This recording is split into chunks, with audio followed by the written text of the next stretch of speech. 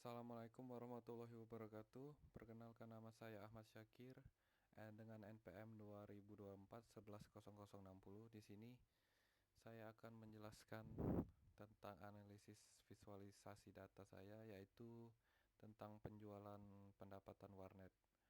Oke, jadi yang pertama itu ada latar belakang dan tujuan. Latar belakang eh, dari analisis ini untuk mengetahui total pendapatan yang didapatkan dari 100 hari penjualan warnet. Lalu datanya itu mencakup hari operasional, tipe layanan, jam tersewa, dan juga pendapatan.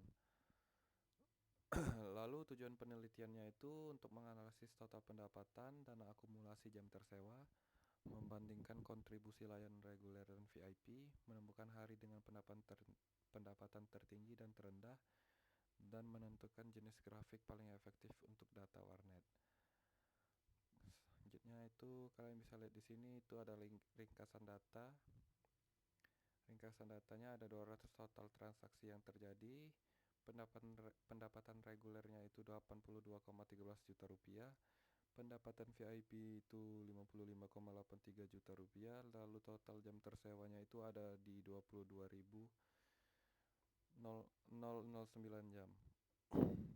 Lanjut ke alat yang digunakan ada 3, yaitu Microsoft Excel, Matplotlib, lalu Seaborn. Kalian bisa lihat di sini untuk kelebihan dan kekurangannya itu uh, untuk masing-masing dari tools yang digunakan. Oke, lanjut. Yang pertama itu ada line chart, itu untuk mengetahui pendapatan harian. Kenapa memilih line chart untuk pendapatan harian? Itu karena datanya bersifat kronologis. Line chart itu paling tepat untuk menampilkan urutan waktu. Jadi contohnya kayak penjualan warnet itu dari hari 1 sampai ke hari 100 itu cocok untuk dilihatnya pakai line chart.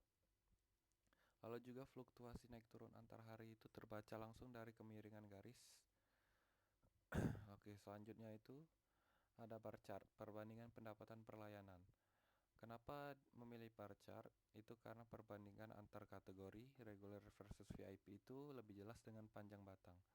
Lalu mata langsung menangkap perbedaan nilai tanpa membaca angka. Jadi bisa kalian lihat di sini kalau penjualan reguler itu lebih laku daripada penjualan di VIP. Selanjutnya itu ada pie chart, itu proporsi pendapatan reguler versus VIP. Kenapa memilih pie chart? Itu karena datanya hanya terdiri dari 2 kategori, yaitu reguler atau VIP dan juga VIP, maaf, dan tujuannya menunjukkan bagian dari keseluruhan. Kondisi paling ideal untuk pie chart. Jadi untuk membandingkan uh, tipe layanannya ya. Jadi kalau di data warnet saya di sini itu ada 2, yaitu reguler sama VIP. Lalu bisa kita lihat di sini, yaitu kalau reguler itu lebih laku daripada VIP di 59,5%, sedangkan kalau di VIP itu 40,5%. Lalu lanjut ke histogram dan scatter plot. Kalau histogram itu untuk distribusi jam tersewa, itu alasannya untuk melihat distribusi frekuensi satu variabel numerik. Histogram juga mengelompokkan data ke dalam rentang sehingga terlihat mana durasi yang paling sering dipilih pelanggan. Lalu yang di sebelahnya itu ada scatter plot. Kenapa memilih scatter plot? Itu supaya untuk mengeksplorasi hubungan atau korelasi antara 2 variabel numerik. Jadi scatter plot ini memperlihatkan apakah jam tersewa berpengaruh pada pendapatan. Jadi hasilnya itu korelasinya positif yang kuat. Selanjutnya itu ada box plot. Ini untuk melihat sebaran pendapatan per tipe layanannya. Kenapa sih pakai box plot? Itu untuk membandingkan sebaran distribusi pendapatan 2 kelompok sekaligus dalam satu grafik, lalu menampilkan median, kuartil, dan juga outlier dalam suatu tampilan ringkas. Jadi box plot ini dipakai karena tujuannya bukan ngelihat tren, jadi melainkan memahami karakteristik distribusi masing-masing dari data. Oke, yang terakhir itu ada kesimpulan. Jadi analisis terhadap 200 data transaksi warnet ini itu berjalan selama 100 hari.